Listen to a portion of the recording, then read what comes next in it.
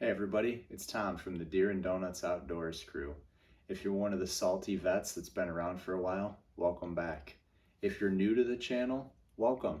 We hope that you enjoy this video and every other video that we've posted so far.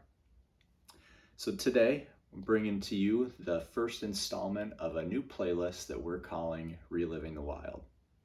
Now you can probably guess what this is going to be about.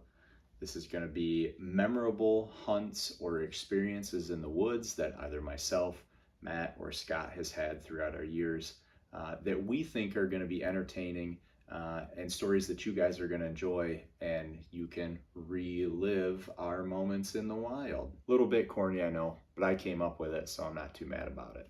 Anyways, let's get right into it. So the first story that we're going to bring to you is an experience that I had when I was much younger, maybe in like the 10 or 11-year-old range.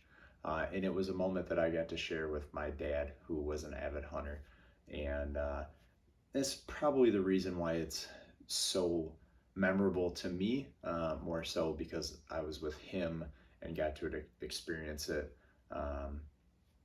And maybe a little less about what we actually saw. But either way, I think it's a pretty entertaining story. So just to give you a small background, we have a little 40-acre lot.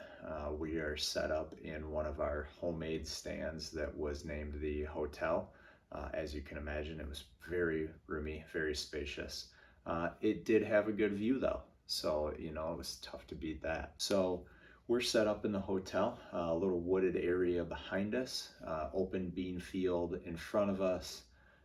Maybe 100 yards or so, you hit the woods and a cornfield. We're set up with our back to the woods. Now, I'm a kid.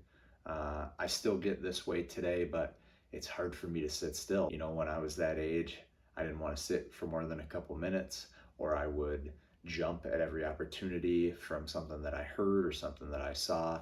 And you do have to have some patience and be quiet when you're out in the woods, or you're going to scare everything away. So this particular day, I'm sure my feet were cold, or I was bored, or hungry, or had to use the bathroom, or whatever it might have been. But much like my dad always did, it was, let's just give it 10, 15 more minutes. He could stay from sunup till sundown, loved every second of it, and it took a little coaxing to get me to stay out there sometimes. So this particular day, I would say probably 5-10 minutes after we have this little brief conversation of let's just see, we hear something behind us. Again, I'm a little bit smaller, a little antsy. I can move around in the stand a little bit more agile than he could, and as soon as I heard that, I got excited. I turned around.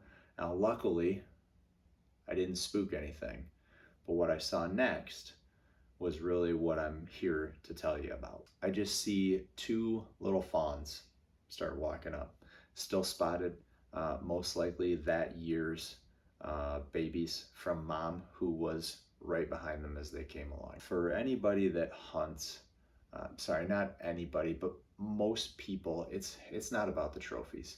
There are a lot of people, and this is me more so today now than I was when I was younger, just getting the experience of being out there, seeing wildlife in its natural habitat, seeing them not being fearful of what's going on around them or of us. That experience in and of itself is more rewarding than taking the shot and actually getting something. I think probably 99 out of 100 hunters would tell you the same thing. There are some people that trophy hunt, but here at Deer and Donuts, that's not really what it's about for us. It's about the memories, it's about the experiences, and it's about what we get to see. So as a 10-year-old, these two little fawns come walking out, and in my mind, they're massive, right? I'm 10, they've got to be huge monsters. But I can see that they're spotted. I know enough to know that they're babies, and then mom's right there and behind them. So the part about this story that was really neat for me was that they literally walked right underneath our stand. All three of them just slowly making their way through the woods, basically brushing right up against the tree that we're in, stopping every once in a while to grab something off of the ground or take a look around and see what they can see. But we're up in the stand. They have no clue that we're there. For once, I've been able to stay quiet, which I'm sure my dad was very, very proud of me at the time, because that was probably one of very few moments that that actually happened. These deer were so close that I literally could have taken an arrow, dropped it right on their back. Um, they just were living life, not a care in the world, no concern about us, had no idea that we were there.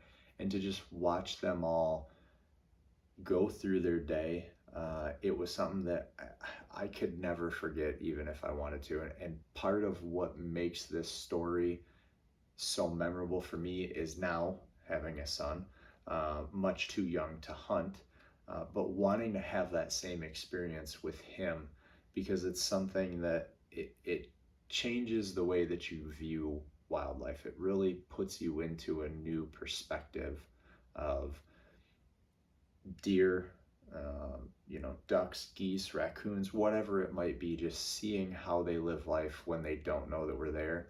But now you can picture that, and you can take that home, and you can talk about it, and you can share your stories with people on the internet and hope that they enjoy it. These three guys and gals just make their way through. I can remember once they had finally gone far enough out into the field, just looking at my dad and just being ecstatic, just remembering that that was such a cool moment and such a cool thing to see, that they didn't care that we were there and they didn't know. And it was a moment that, again, maybe more so because I shared it with my dad, and I don't get to do that any longer. He's not able to hunt anymore. But to have that experience with him, something that I don't know if he remembers or not. I'm sure he does. He remembers them. I hope you enjoyed this video. This is the first installment of the Reliving the Wild playlist. If you enjoyed it, do me a favor. Give me a thumbs up. Hit that subscribe button so that we can get you guys notifications when a new video posts. And comment. Let me know what you think of the video. Have you experienced something similar to this? Or is this something that you kind of thought was a little bit boring, and maybe I need to take a page out of Scott's book and spice it up a little bit? He can be entertaining, but he's not going to be the most entertaining on this channel. You have my word. So thanks for joining the Deer and Donuts crew for today's story. We hope to see you back down the road. Take care.